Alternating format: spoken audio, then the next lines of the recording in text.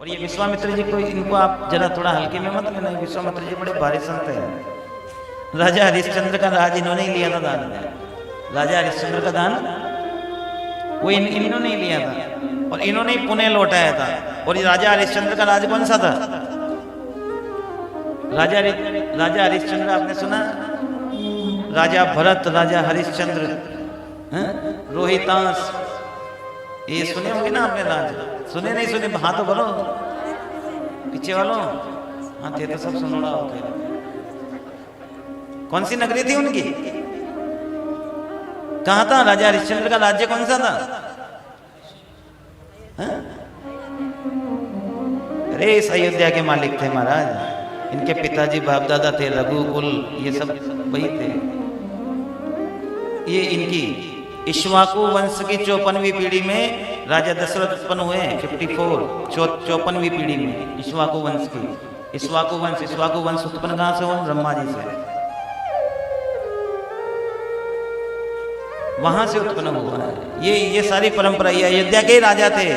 और काशी में तो वो गए थे, काशी में बिक गए तीनों प्राणी।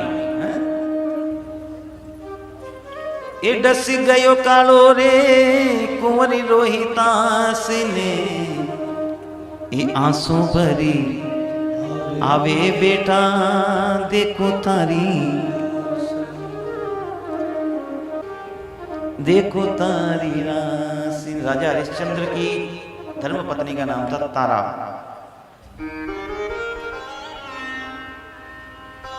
विश्वामित्र जी स्वप्न में, राजा हरिश्चंद्र को स्वप्न आया। स्वप्न क्या आया? स्वप्न में ये दिखाई दिया कि मैंने अपनी नगरी को दान कर दिया। मैंने अपनी नगरी दान कर दी। किसको? विश्वामित्र जी महाराज को। महाराज उन्होंने साक्षात दान नहीं की थी, स्वप्न में, नींद में ही, सपनों में दान कर दी। स्वप्न में दान की वही संपत्ति को राजा हरिश्चंद्र ने ठुकरा दिया एक पल में। सत्यवादी, इसलिए उन्हें कहते हैं सत्यवादी। दूसरे दिन विश्वामित्र जी महाराज आ गए। अगर हम लोग होते तो कहते थे स्वप्न में कोई दान होता है क्या? लेकिन राजा हरिश्चंद्र ने कहा नहीं महाराज, मैंने आपको दान किया है, ये नगरी आपकी। विश्वामित्र ने परीक्षा लेने के लिए दान लिया।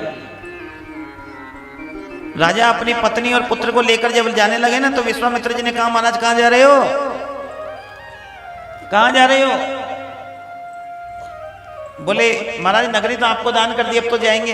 अरे बोले क्या बात करते हो, आप धर्म के ज्ञाता हो, आपको पता नहीं है? बोले महाराज क्या?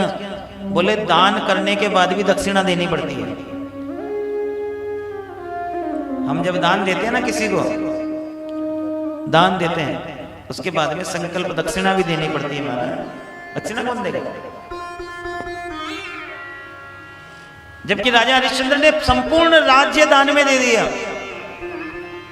वनवासी का रूप धारण करके जब महल से बाहर निकलने लगे तो विश्वामित्र जी ने दक्षिणा मांगी। दक्षिणा लो। अच्छा, दक्षिणा भी दक्षिणा के अनुरूप दी जाती है। अगर आपने दान इतना बड़ा किया तो दक्षिणा भी इतनी बड़ी ही लगेगी।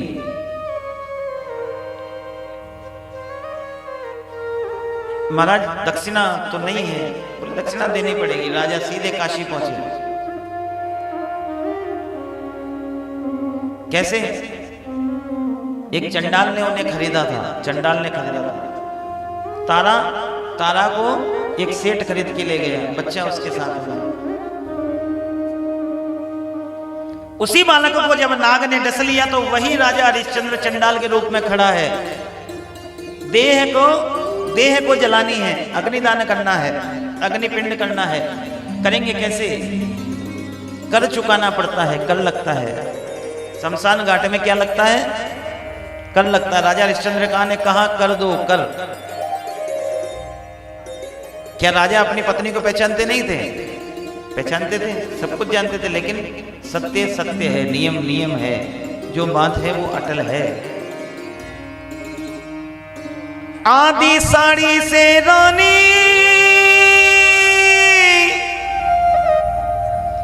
कपनी बनायो,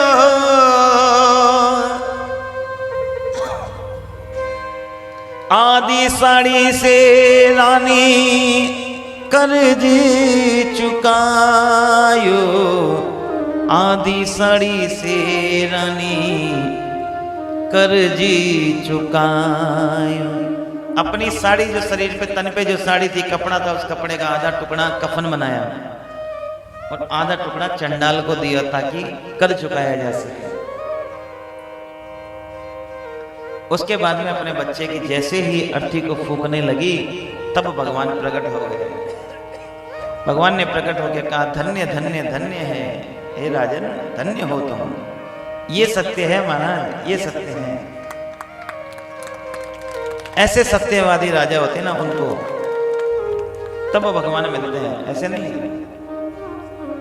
रोहितास जो था ना, वायु देवता ने प्रदान किया था रोहितास पुत्र, राजा हरिश्चंद्र के पुत्र नहीं था, तो उन्होंने वायु देवता की उपासना करके पुत्र मांगा था। गुणीजन लोग कहते हैं